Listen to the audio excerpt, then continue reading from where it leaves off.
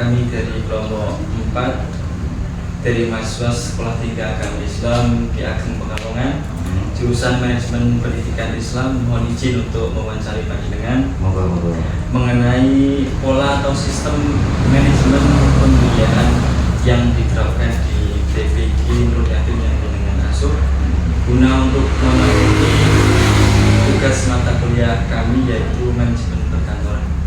Jadi ada beberapa pertanyaan yang kita sampaikan kepada panjenengan.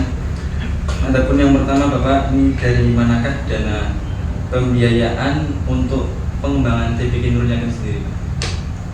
Ada dari internal dan ada dari eksternal. Kalau dari internal itu kita ambil dari Syariah Santri biasanya per bulan, dan dari pendaftaran santri juga.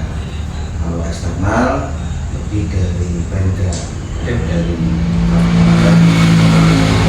provinsi, atau mungkin ketika ada paket ajuan bantuan itu yang kita peroleh dari untuk pembiayaan itu.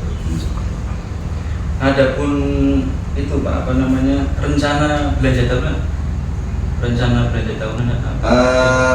Ya karena kita kan sudah berjalan cukup lama, ya, rencana itu ada walaupun tidak secara tekstual kita lakukan, tapi perencanaan kaitannya berarti kan ketika kita membutuhkan dalam 1 tahun itu biaya yang kita butuhkan, berarti kita merencanakan dari mana kita mendapatkan biaya itu, baik diperhitungkan dari syariah dan lain sebagainya yang tadi saya utarakan. Adapun jumlah santri keseluruhan untuk sekarang karena tahun ajaran akhir tahun ajaran ya, yang terdaftar sih antara 150 santri. Ya. Untuk SPP bulanannya, Pak? Bulanan 15.000. 15.000.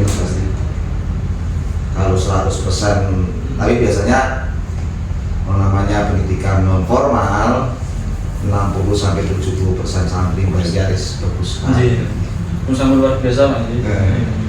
Adapun sumbangan dari donatur, Mas, untuk pengembangan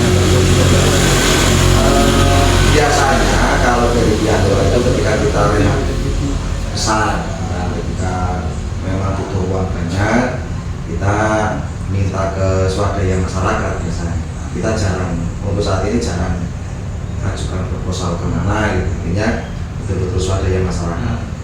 Itu pun ketika ada pembiayaan yang besar, kayak rehat tapi gede gitu. Tapi kalau operasional tahunan secara rutin hanya dari kita internal sama yang tadi eksternal.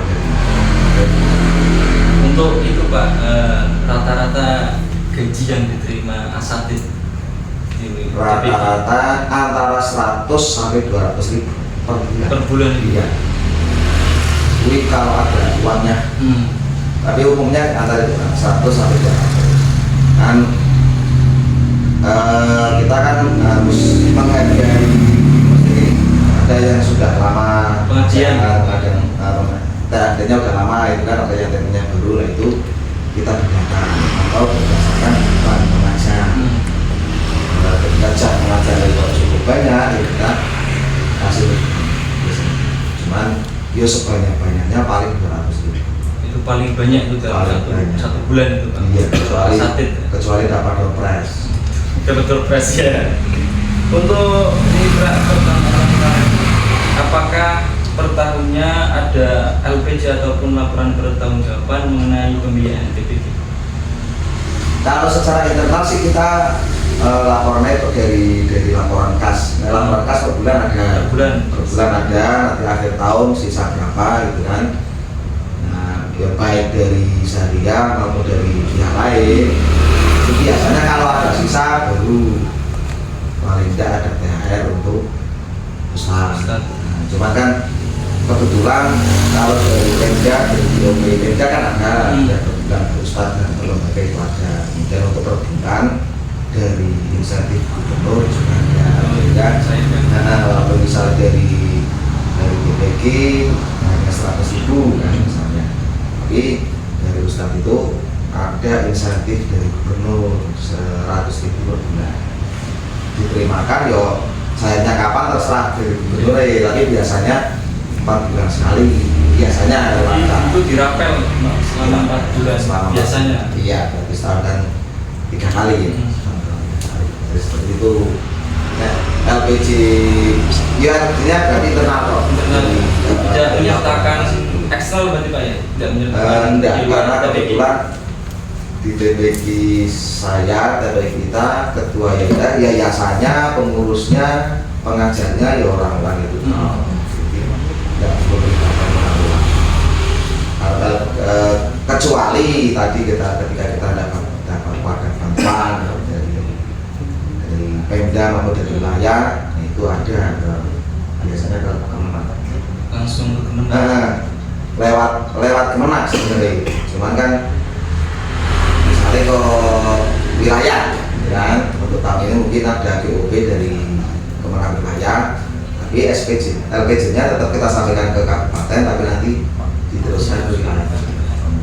Mungkin itu saja Pak yang ada beberapa pertanyaan sudah saya sampaikan. Saya terima kasih banyak kepada panjenengan yang sudah meluangkan waktunya untuk kita wawancarai Bapak.